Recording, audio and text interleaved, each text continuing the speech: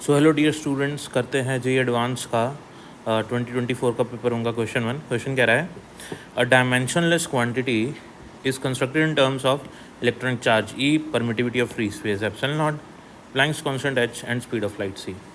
If the dimensionless quantity is written as e to the power alpha epsilon naught to the power beta h to the power gamma c to the power delta n is a non-zero integer, then alpha beta gamma delta r is। तो देखो question ये कह रहा है कि e to the power this epsilon naught, ये पूरी जो टर्म बन रही है अपनी ये क्या बनती है, एक डायमेंशनलेस क्वांटिटी बनती है। तो आपको ना अल्फ़ा बीटा गामा और डेल्टा जो है इनको एक इंटीजर है n, उसके टर्म्स में, नॉन ज़ीरो इंटीजर है उसके टर्म्स में निकालना है।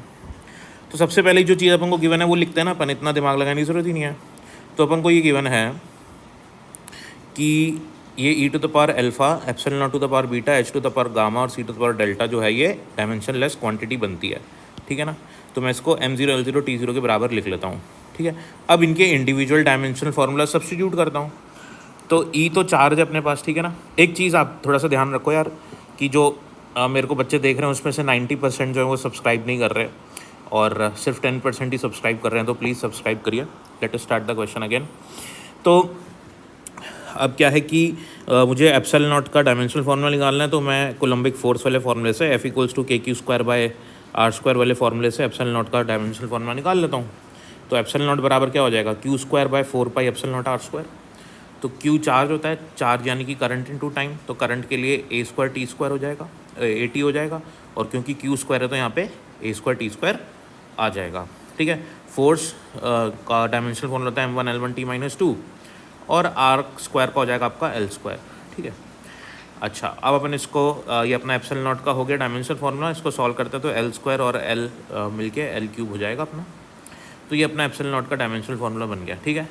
अब हम दूसरा अपने पास है यहाँ पे h, यानी कि प्लैंक्स कांस्टेंट। तो प्लैंक्स कांस्टेंट का डायमेंशनल फार्मूला अपन निकालेंगे =h न्यू वाले फार्मूले से। तो यहाँ से अपने पास h आ जाएगा E/न्यू। ई होता है एनर्जी और वर्क का डायमेंशनल फार्मूला क्या होता है, सेम होता है, ठीक है ना। तो वर्क क्या होता है, फोर्स इनटू डिस्प्लेसमेंट, ठीक है। तो फोर्स का तो अभी अपन ने यहाँ लिखा है, ये रहा फोर्स m1L1t-2, डिस्प्लेसमेंट का L हो गया।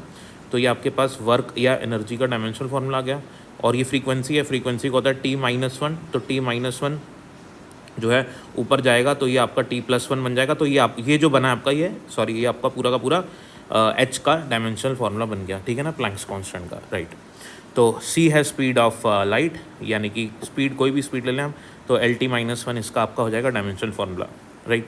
अब अपन ने क्या करना है, ये जो सारा डेटा अपने पास एप्सिलॉन नॉट का डायमेंशनल फार्मूला h का और c का, तो एप्सिलॉन नॉट h और c तीनों के डायमेंशनल फार्मूला पुट कर देंगे। यहाँ पे e का भी डायमेंशनल फार्मूला सब्स्टिट्यूट करेंगे। e मतलब हमारे पास हो गया चार्ज का हो जाएगा करंट इनटू टाइम, करंट की जगह a और t की जगह कैपिटल T आ जाएगा।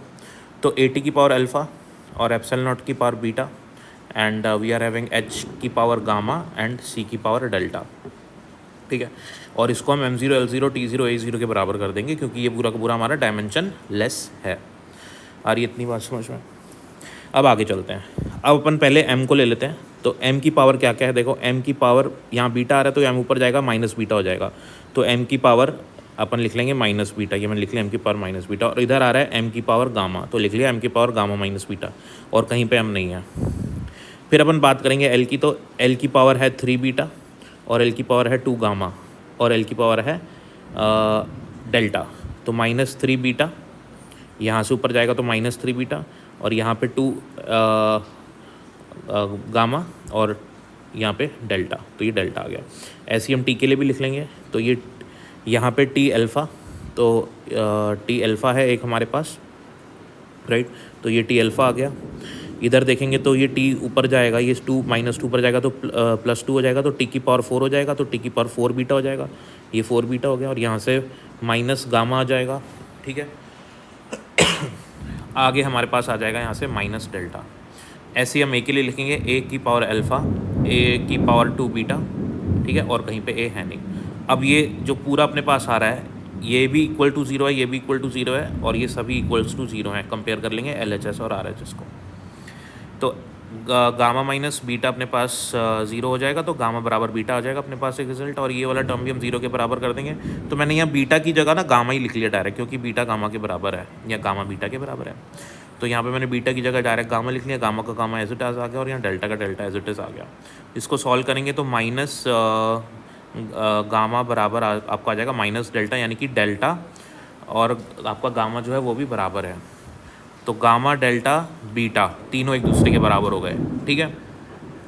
अब अपन वापस यहाँ देखते हैं, alpha 4 beta minus gamma minus delta बराबर 0।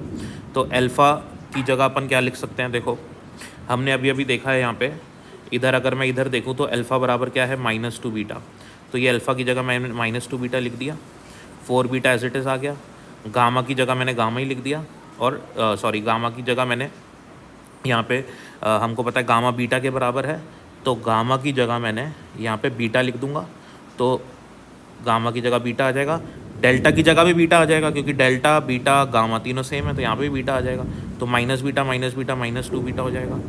तो ये -2 बीटा ये तो पूरा टर्म ही कैंसिल हो जाएगा, 0 बराबर 0 आ जाएगा। तो इसका अपना यूज़ ही नहीं आता। अब अपन इस रिज़ल्ट को, इस रिज़ल्ट को, इस रिज़ल्ट को, तीनों को अपन यूज़ कर लेते हैं, ठीक है। इतना ही अपने पास हो जाएगा, इसी से अपना आंसर बन जाएगा, ठीक है। तो अपन क्या करते हैं, अपन को क्वेश्चन जो अपन ऑप्शंस चेक करें, तो ऑप्शंस के अंदर अपन को क्या है कि n एक नॉन ज़ीरो इंटीजर है। अब अगर मैं बीटा को -n मान लूँ, जैसे ऑप्शंस में अगर मेरे को मैच करना है, तो अगर मैंने बीटा को -n मान लिया, तो यह मैं यहाँ पे -n पुट करूँगा, तो मेरे पास अल्फ़ा क्या हो जाएगा, अल्फ़ा हो जाएगा मेरा 2n, ठीक है। तो अगर मेरा बीटा -n है तो मेरा अल्फ़ा हो जाएगा 2n, ठीक है। तो ये मेरा अल्फ़ा बनेगा 2n, और बीटा गामा गामा और डेल्टा, ठीक है। बीटा गामा और डेल्टा, बीटा गामा और डेल्टा ये तीनों तो इक्वल हैं ही हैं, तो इसलिए मेरा ऑप्शन कौन सा सही हो जाएगा, फर्स्ट वाला जो ऑप्शन है वो मेरा सही हो जाएगा।